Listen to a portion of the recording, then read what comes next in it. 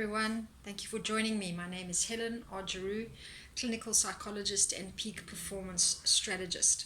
I want to share with you today the most important issue facing most of our generation as parents, teachers, and educators is the story that children are now finding themselves in after the lockdown. There's, in fact, from the BBC, a study recently done saying that 15% of people will experience a type of mental health challenge more than ever before because of the lockdowns. And of course, we've also seen the rising statistics of child abuse and neglect and all kinds of abuse in the household because of the frustration that people have been facing during this time.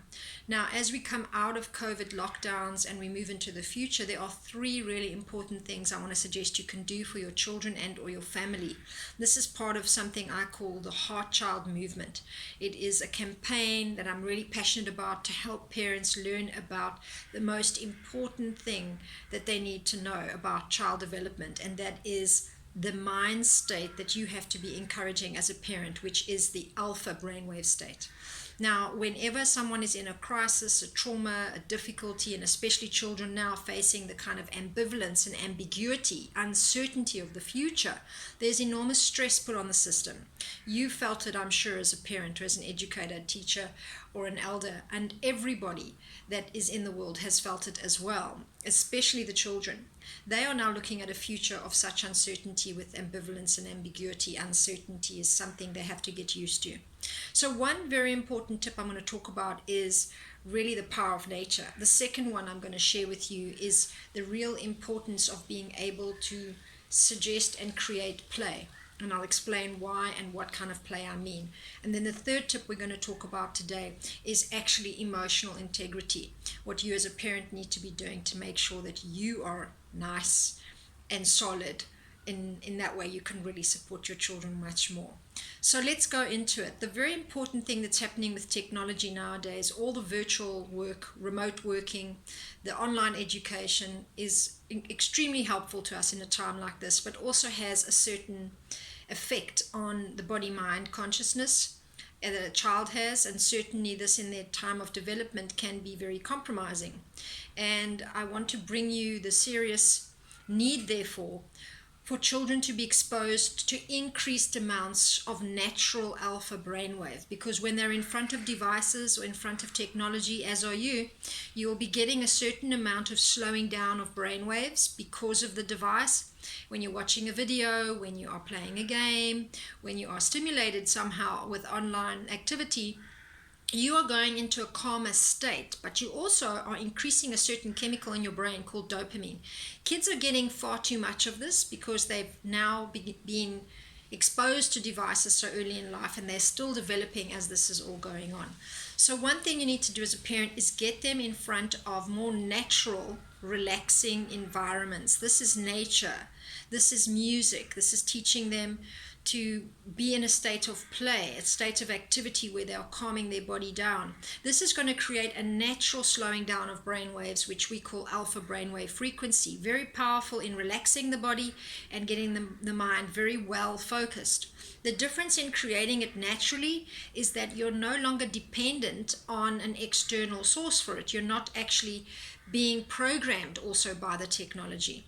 This is a very important thing. You can get it from pets, when you're stroking a pet, when you're listening to music, when you learn to play a musical instrument, and when you're drumming, percussion. This is something I specialize in. It creates high doses of alpha brainwave frequency. Make sure you take your kids into nature twice a week for a long period of time, if you can, an hour and a half or more.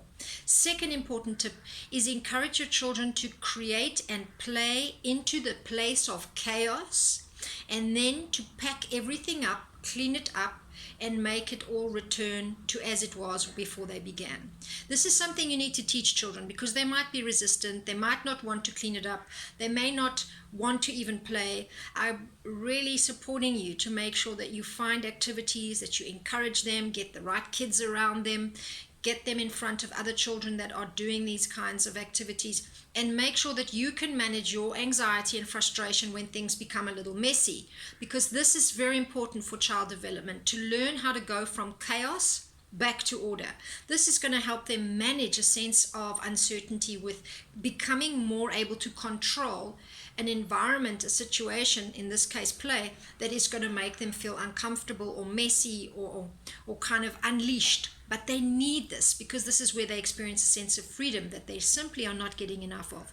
So how can you get your child in front of very important activities that help them unravel, unleash, and really liberate themselves in a state of chaos where they are not concerned anymore about things having to be good or things having to meet your approval, but then they also learn the game of cleaning up and making sure they come back to what is actually best for everybody involved. They must be able to play, go into chaos, and come back to order. My third tip for you, very important, is all about you as a parent. We all have to take responsibility right now for our own emotional honesty and our own emotional integrity. This means we have to be taking care of how we are emotionally so that we can parent, teach, and educate children in a way where we are role modeling to them ways of being able to regulate our emotions. What do I mean? When we are very frustrated, when we are taking out our frustration onto children, we are potentially abusive. We might even be neglecting them, avoiding them, or dumping our frustration, stress, and intolerance onto them. This is very dangerous because it creates a very volatile environment. It's really irresponsible, and it's really not going to help the child learn how to manage with their emotional stress. What you want to be doing is finding a place to really deal with your own stress. How can you do that?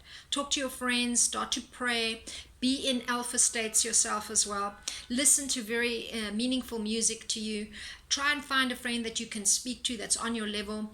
And whatever you're doing, remember that you're doing it to role model to your children how to manage emotion in a more healthy way.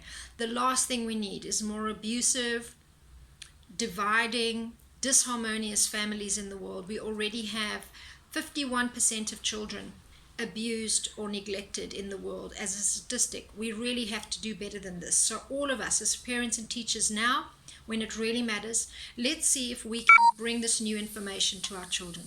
Thank you so much for watching. Those 3 tips: make sure they play, make sure you're in nature, and make sure you're managing your own emotions. Bye-bye.